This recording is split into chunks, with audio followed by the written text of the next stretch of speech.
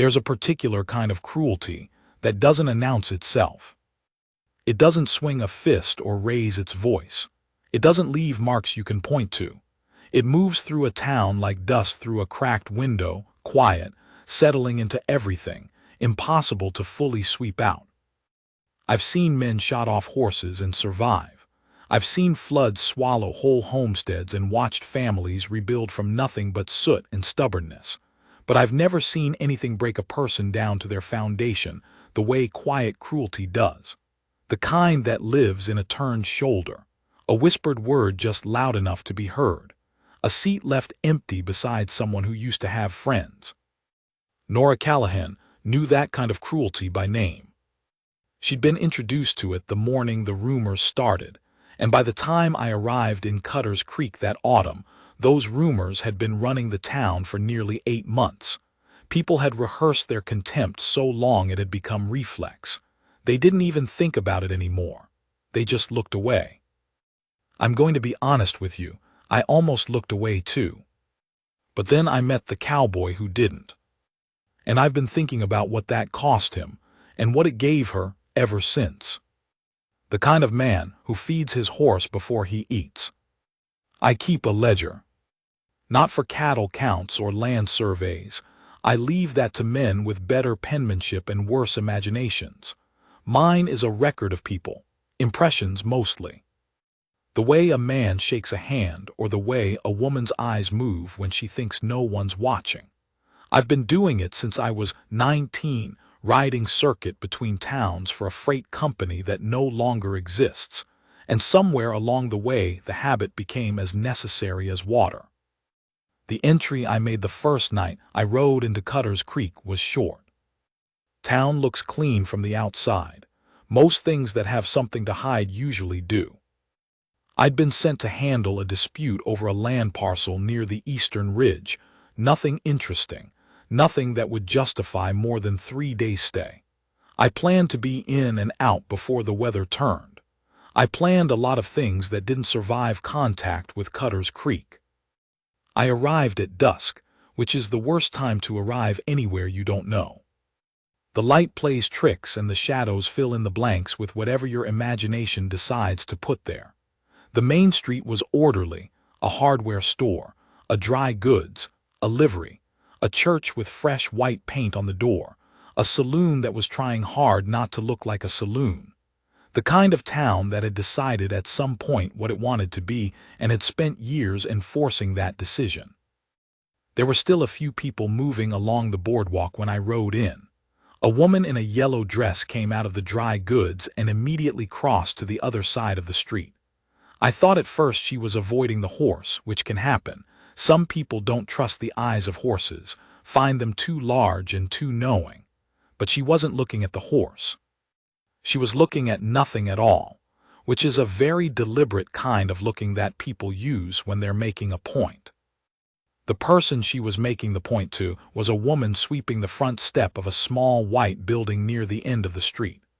I couldn't see her face from that distance, only the motion of the broom, steady, unhurried, like she'd decided that if the world was going to be cold to her, she was at least going to have a clean step. I noted it. Didn't think much more of it, filed the woman in the yellow dress under particular and rode on to the livery. That's where I met Eli. Eli Marsh was the kind of man who is easy to underestimate on first impression. Not because he was soft, he wasn't, not remotely. But he had a quietness about him that sat wrong against the picture people tend to carry of cowboys. Most of the cowboys I've known through the years had something to prove, some volume they needed to fill a room with. Eli took up exactly as much space as he needed and not a square inch more. Medium height, medium build, sun-worked skin, and eyes the color of creek water in October. That particular shade of gray-green that doesn't look like much until you're staring at it and suddenly realize you've been staring at it. He was brushing down a bay mare when I pulled in, and he didn't look up. "Livery's full," he said. "I can see 3 empty stalls," I said. He looked up then, looked at me the way a man looks at something he's measuring, not unfriendly, just accurate. Those are Hargrove's stalls. He pays to hold them open. Hargrove in town.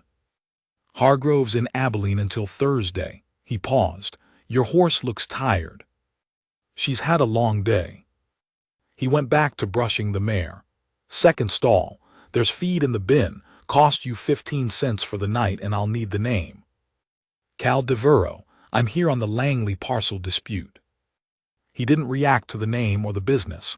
Just said, horse's name. I blinked. In 30-some years of riding, no liveryman had ever asked me that. Juniper, I said. He nodded, like that settled something, and went back to the mare. I unsaddled Juniper and got her settled in the stall. Fresh hay, clean water, a bucket of oats that hadn't come out of any 15-cent calculation. He'd added them without being asked. I stood in the doorway and watched Eli finish with the mare. He brushed her flank with long, even strokes, talked to her in a low voice I couldn't hear, made sure her water was deep before he unhooked her lead. He fed the horse before he sat down. I noted that too. I asked about board at the saloon, which was, in fact, a saloon, and the barkeep, a man named Purvis with a mustache that needed trimming and an opinion that didn't, gave me a room on the second floor with a window that faced the main street.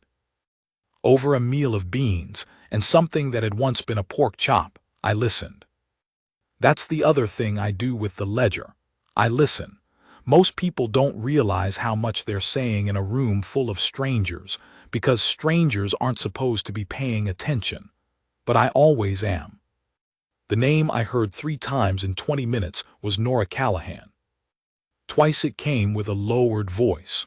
Once it came with a laugh that didn't have any warmth in it. I kept eating and I kept listening, and by the time Purvis topped up my coffee, I had a rough picture assembled.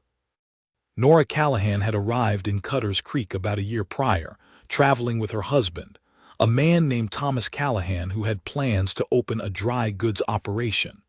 Thomas Callahan was well liked from the jump, good manners, bought rounds, knew the right things to say to the right people. Nora was quieter but decent enough, and people were prepared to accept her. Then Thomas died of a fever in the spring. That alone would have been hard but survivable. Widows existed. The town knew what to do with them. The problem was what came out after the fever. Thomas Callahan had a wife in Missouri, a real one with paperwork and a pastor and 14 years of shared history. Nora hadn't known, or so she said. But so she said is a qualifier that a small town will use to dismantle a woman's entire character, and Cutter's Creek had used it thoroughly. By the time the Missouri wife's letter arrived and the truth circulated, Nora had gone from widow to something the town didn't have a polite word for. She'd kept the dry goods store. Whether that was stubbornness or survival, I couldn't tell yet. I finished my coffee and wrote in the ledger, Nora Callahan, dry goods, end of Main Street, sweeping her step at dusk like it's the only thing left that belongs to her. I ran into her properly the next morning. I needed lamp oil and a new pair of work gloves, and her shop was the only dry goods in town. The bell above the door announced me with a cheerful chime that felt slightly absurd given the atmosphere. She was behind the counter, entering numbers in a ledger that looked much more organized than mine. She was younger than I'd expected, somewhere in her early 30s, with dark hair pulled back and a face that had recently learned to be careful. Not closed exactly, but careful, like a window left open just a crack. Morning, she said. Help you with something. Lamp oil and gloves. Work gloves if you have them, nothing fancy. She came around the counter without hesitating. Moved through her own shop with the ease of someone who knew exactly where everything was, which I appreciated. There's nothing sadder than a shopkeeper who's lost track of their own inventory. It means they've stopped believing in the future of the place. She pulled 2 pairs of gloves from a shelf and set them on the counter for me to look at. These are cotton-lined. These aren't, but they'll last longer. I'll take the ones that last. She nodded and went to get the oil. While she had her back to me, the The door opened and a woman came in, mid-40s, good dress, the kind of shoes that announce money. She stopped when she saw Nora, and the entire temperature of the room dropped. "Oh," the woman said, "just that, oh." Nora turned. Her face did something very fast and very controlled, a brief tightening around the eyes, a small reassembly. She had practiced that, I understood. She'd had to. "Mrs. Hargrove, can I help you?" "I'll come back," the woman said, and left. The bell chimed again, cheerful, absurd. Nora set the oil can on the counter and named me a price. Her hands were steady. Her voice was steady. Only her jaw, very slightly, was not. I paid her and I said, "I'm going to need a few more supplies over the next couple of days. Glad to know you're open." She looked at me like she was waiting for the rest of the sentence, the qualifier, the "so she said," the polite exception. When it didn't come, something in her face shifted. Not gratitude exactly. More like surprise that hadn't decided yet how to feel about being surprised. "I'm open every day but Sunday," she said. I took my gloves and my oil and I left. I wrote in the ledger, "She's been bracing for the blow so long she's forgotten what it feels like when it doesn't land." I found out about Eli and Nora from Purvis that evening, delivered between wipes of a glass that was never quite getting clean. Apparently, Eli Marsh had been the only person in town who'd kept doing business with her after the scandal broke. Not dramatically. He wasn't the kind of man who did things dramatically. He just kept coming in for feed bags and hardware the same as he always had, said good morning the same as he always had.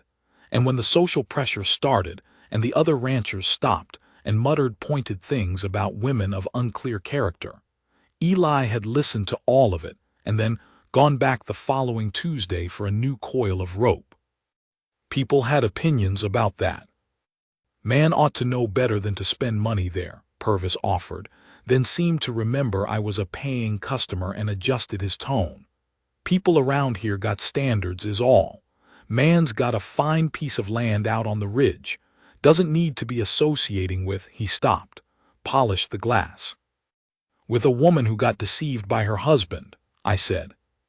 Purvis looked at me like I'd said something in a foreign language. I finished my beer and went upstairs. The window faced the street. I looked at the dry goods store at the end of it, dark now, no light in the window above the door where she presumably kept a room. The town was quiet. The night was coming in cool from the north. I wrote in the ledger, "The woman is being punished for a lie she didn't tell, and only one person in this town seems to notice the difference." I want to understand what kind of man notices a thing like that. The ridge and what it costs to stand there. I rode out to Eli Marsh's property on the third morning, under the pretense of reviewing a landmarker that was supposedly near the eastern boundary of his ridge. The pretense wasn't entirely a lie. There was a marker, I just wasn't primarily interested in it. His land announced itself before I got there, not with signs or fencing but with the quality of the grass. There's a particular shade of green that land gets when someone's been paying attention to it over time, a kind of deep, unhurried health that doesn't happen by accident. I'd seen a lot of land in my year's riding circuit, and most of it was tired in one way or another. Eli's wasn't. He was mending a section of fence along the north field when I found him. He heard me coming before I got close. The head came up, steady, no alarm in it, and he went back to his work until I pulled Juniper alongside the fence line. "Devereaux," he said, without looking up from the wire. "Marsh, nice piece of land you've got. Needs work." That was probably true in the way that most honest men say things about things they love, pointing at the flaws because the love embarrasses them. "Mind if I ask you something?" He wrapped the wire end around the post with a twist that had muscle memory behind it. "Ask." "Nora Callahan, why do you still trade with her?" He didn't pause, didn't stiffen, just moved to the next post and checked the tension of the line. "Because she has what I need and she prices it fair," he said. Most of the town doesn't seem to see it that way. Most of the town, he said, has got more opinions than sense. He picked up the wire stretcher. Anything else? Does it cost you, socially, I mean? Now he did stop. He straightened up and looked at me directly, those gray-green eyes, full measure. There was no anger in the look, but there was something settled in it, something that had already worked through whatever question I was asking and come out the other side. Some men won't ride with me anymore, he said. Hargrove made some noise about the grazing agreement. Preacher gave a sermon that wasn't quite pointed at me but stood close enough to throw shade. And he picked up the wire stretcher again, and the fence still needs mending. I stayed longer than I should have. Partly it was the land, which was genuinely good to be on. Partly it was Eli, who turned out to be one of those rare people who become more interesting the longer you're around them. Not because they're trying to be interesting, but because they're entirely themselves, and there's something quietly profound about watching a person do that without effort. We ate lunch near the creek, biscuits he'd brought from home, dried beef, water that tasted clean. He told me he'd come to the ridge 7 years ago with enough money to buy the land and almost nothing else. Built the main house himself with help from a Comanche man he called Santiago, though that almost certainly wasn't the name the man was born with, who had been passing through and needed work. They'd built the house in 2 months and Santiago had moved on. You stay in touch? I asked. He came back 2 years ago, stayed a winter. Something moved in Eli's expression, not quite a smile but the shape of one. Ate everything in my pantry. You minded? No. I believed him. When he talked about the gossip around Nora, it wasn't with the fire of a crusader or the careful language of a man who wanted credit for his principles. He talked about it the way he talked about bad weather, as a fact of the landscape that you navigated, not because you enjoyed it, but because there was ground to cover regardless. What happened to her wasn't fair, he said. She didn't know about the other wife. I don't know how I know that, but I know it. He looked at the water. Didn't seem right to add my silence to everything else people were withholding from her. You ever talk to her about it, about any of this? We talk about inventory, he said, and sometimes about the weather. That's enough. He picked up a small stone and turned it in his fingers. Some people need you to say something. Some people need you to just keep showing up. He set the stone down. I think she's the second kind. I wrote in my ledger that night. He has figured out something that most people spend their whole lives missing. Presence is not the same as words. Witness is not the same as intervention. He shows up. He pays fair. He says good morning. And somehow, without making a speech about it, he's the only solid thing in that woman's world. The moment things shifted happened on a Thursday, which is a very ordinary day for extraordinary things, but that's how it tends to work. I was at the dry goods getting a length of rope genuinely needed. Juniper's lead had frayed when Hargrove came in. Hargrove was the largest landowner in the area outside of the federal parcels, and he had the bearing of a man who'd been agreed with so often he'd forgot that disagreement was a legitimate human experience. He was not, as far as I could tell, an especially evil man. He was something perhaps more corrosive, a man who was certain he was right about everything, and who had enough money that the world had consistently failed to correct him. He came in and he looked at Nora the way you look at a stray that's gotten into the garden. Need to settle an account, he said. Figure I've been charitable enough keeping it open this long. Nora was very still. I can pull the ledger. Do that. She went to the back. I stayed at the rope barrel. Hargrove stood at the counter and looked around the shop with the proprietary gaze of a man who was imagining what else might be done with the square footage. Nora came back with the ledger, opened it, turned it toward him. Hargrove looked at it, looked at her. Figure I should also mention that the building commission meets next month. There's been talk about the permit structure on this end of the street. It was the most elegant threat I'd ever seen delivered in a dry goods store. No raised voice, no explicit menace. Just the quiet placement of information that both people understood perfectly. Nora's hand on the ledger didn't move. "Thank you for letting me know," she said. She said it the way you say something when you've decided not to give a person the satisfaction of watching you flinch. I noted it. Hargrove settled the account, noted that the figures seemed a bit steep, and left. The bell above the door chimed. Nora closed the ledger and put it under the counter. She moved to the window and looked out at the street. I couldn't see her face, only her back, the set of her shoulders. Then the door opened again, and Eli Marsh came in. He looked at Nora, he looked at me, he looked back at Nora. "Morning," he said to us both, equally, as if the weight in the room were simply the ordinary weight of morning. "Morning," Nora said. "I need that order from last week, and I was thinking about adding a second bag of salt." "I'll get it." While she went to the back, Eli came to the rope barrel and looked at the frayed end I was examining. "That's been sitting there since June," he said quietly. "Whole barrels like that. You want something decent, ask her for the stuff she keeps in the storeroom. She orders it separate." "How do you know that?" "Because I asked." He said it simply. "About a year ago she seemed embarrassed to push the better stock. I asked why and she said she didn't want people to think she was overstepping. So I told her to order it and I'd buy the first coil."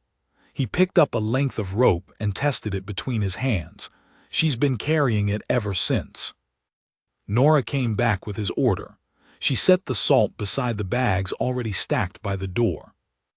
"Also wondered," Eli said, addressing the counter space between them, "whether you'd have time Saturday to take a look at some things I need for the root cellar. Got a list, but some of it I'm not sure you carry and wanted to figure out what to source elsewhere." It was such a specific and ordinary sentence. But I watched Nora's face while he said it and I saw what it did, a small, involuntary relaxation, something unclenching around the eyes. It wasn't romance. It wasn't rescue. It was something quieter and harder to name. It was the experience of someone making plans that included you. Of someone assuming, without drama or announcement, that you'd still be here on Saturday. I spent the afternoon on the ridge looking at the landmarker, which was exactly where it was supposed to be and exactly as uninteresting as I'd expected. On the way back, I passed the church. The pastor was out front raking leaves with the focus of a man who rakes to avoid thinking. He saw me and nodded. I nodded back. "You're the landman," he said. "That's right." He raked a small pile to the left. "Heard you've been spending some time at the Callahan store." "I needed supplies." He looked at me with pastoral concern, which is a specific look that takes years to perfect and has the particular quality of implying that it knows things about you that you don't know about yourself. "Town has standards," he said. I thought about Eli and the fence post, and the way he'd said the fence still needs mending, as though that settled any argument anyone might want to have about it. "I'm sure it does," I said, and rode on. I wrote in the ledger that night, standards. What a clean word for a messy thing. This town has decided its standards require one woman to disappear and one man to agree. He hasn't agreed. I keep waiting for that to surprise me more than it does. What home sounds like when nobody's saying anything. I was supposed to leave Cutter's Creek on Friday. The land dispute was settled. The parcel was clean. The boundary markers confirmed. The paperwork I'd need to file was complete and folded in my saddlebag. I had no professional reason to stay and every logistical reason to go. I stayed. I told myself it was because the weather was turning and I didn't want to ride through the pass in early rain. That was partially true. The rain did come on Thursday evening, the kind of slow, gray Pacific rain that settles in without announcing a departure time. But if I'm being honest, and the ledger demands honesty, that's its one iron rule, I stayed because I wasn't finished watching yet. There was something unresolved in the story I'd found myself inside, and I have never been good at leaving before the last page. I was in the saloon Friday morning, nursing coffee while Purvis swept and opined about the rain, when a boy came in, maybe 12, red-headed, the kind of urgent that means he's been given a task by an adult and has decided it's the most important task in history. He was looking for me. "You Mr. Devereaux?" "That's me." "Miss Callahan says can you come? She says something happened." When I arrived, the something was a man standing in the middle of the dry goods store with his arms crossed, and the fixed expression of someone who had decided he was in the right before he walked through the door. Late 40s, trail-worn, with Missouri in his vowels. He was the brother of Thomas Callahan's real wife. He'd ridden 12 days to deliver, in person, a message that could have been a letter. That told me everything I needed to know about the message's true purpose. Nora was behind the counter. She had the look she wore when she was working very hard to be steady, the careful face, the controlled hands, but this time there were 2 high points of color in her cheeks that the control couldn't quite reach. "I told her," the man, he gave his name as Garrett Cole, was saying as I came in, "that what she did to my sister is something she's going to carry. Doesn't matter, she says she didn't know. Alina has been carrying it since the day the letter came. So Miss Callahan can carry something too." I stepped inside and let the door close behind me. Both of them looked at me. "This gentleman a friend of yours?" Cole said to Nora, with a skepticism about the word friend that he didn't try to hide. "He's been doing business here," Nora said. Cole looked at me, assessing, not quite hostile. He'd come a long way on a righteous errand and he wasn't finished with it. "She tell you about my sister," he said. "I know the situation," I said. "Then you know what kind of woman you're." "I know," I said, "that a man deceived 2 women at once and then died conveniently before either of them could hold him accountable. And that somehow the one who had nothing to do with the deception has ended up the one standing in front of people like us justifying herself." The room was very quiet. Cole stared at me. His jaw worked. He was a man who'd come with words arranged in a certain order, and I had moved the furniture. "Alina deserves," he started. "Alina deserves someone fighting for her," I said. "But that fight isn't with this woman, and I think somewhere in those 12 days of riding you probably knew that." Cole stayed in town 2 nights. I don't know what shifted in him exactly. He was not a bad man, I want to be clear about that. He was a man in pain on behalf of a woman in pain, and he'd needed somewhere to put it. Those men can be the most dangerous kind, not because they're cruel, but because their righteousness has wheels and tends to run over whoever's in the road. What I know is that, on the 2nd day, he went back to the dry goods store. I wasn't there, but the boy who'd fetched me was, and he told me about it later with the bright-eyed certainty of a child who knows he's witnessed something that matters without quite understanding what. Garrett Cole bought a small parcel of coffee and a tin of tobacco, and he paid for them without comment. Then he stood at the counter for a moment without leaving. "My sister would have liked you," he said finally. "Alina, she's stubborn the same way." Nora said something the boy couldn't quite hear. Cole nodded once, put on his hat, left. When I asked the boy what Nora had said, he screwed up his face trying to remember. "She said something like, 'Thank you for telling me that.'" He shrugged. "It didn't seem like very much." "No," I said, "it was a great deal." Eli came by that evening. Not for supplies, the shop was technically closed, the door locked, the sign turned. He knocked anyway, which told me he already knew whether she'd answer. She did. I was across the street under the livery overhang, out of the rain, pretending to have a reason to be there. Juniper had opinions about this. I told her to mind her own business and she did, which is more than most people manage. I couldn't hear them. I could only see. The open door, the lamp behind Nora casting her in warm yellow, Eli on the step with his hat in his hands, and his shoulders carrying some question he'd come to ask or answer. Whatever passed between them didn't take long. It wasn't dramatic. There was no obvious moment of declaration, no movement that could be read from the outside as the pivoting point of anything. He came inside. The door closed. The lamp stayed on. I sat under the overhang and listened to the rain and wrote in the ledger, though it took me a while to find the right words.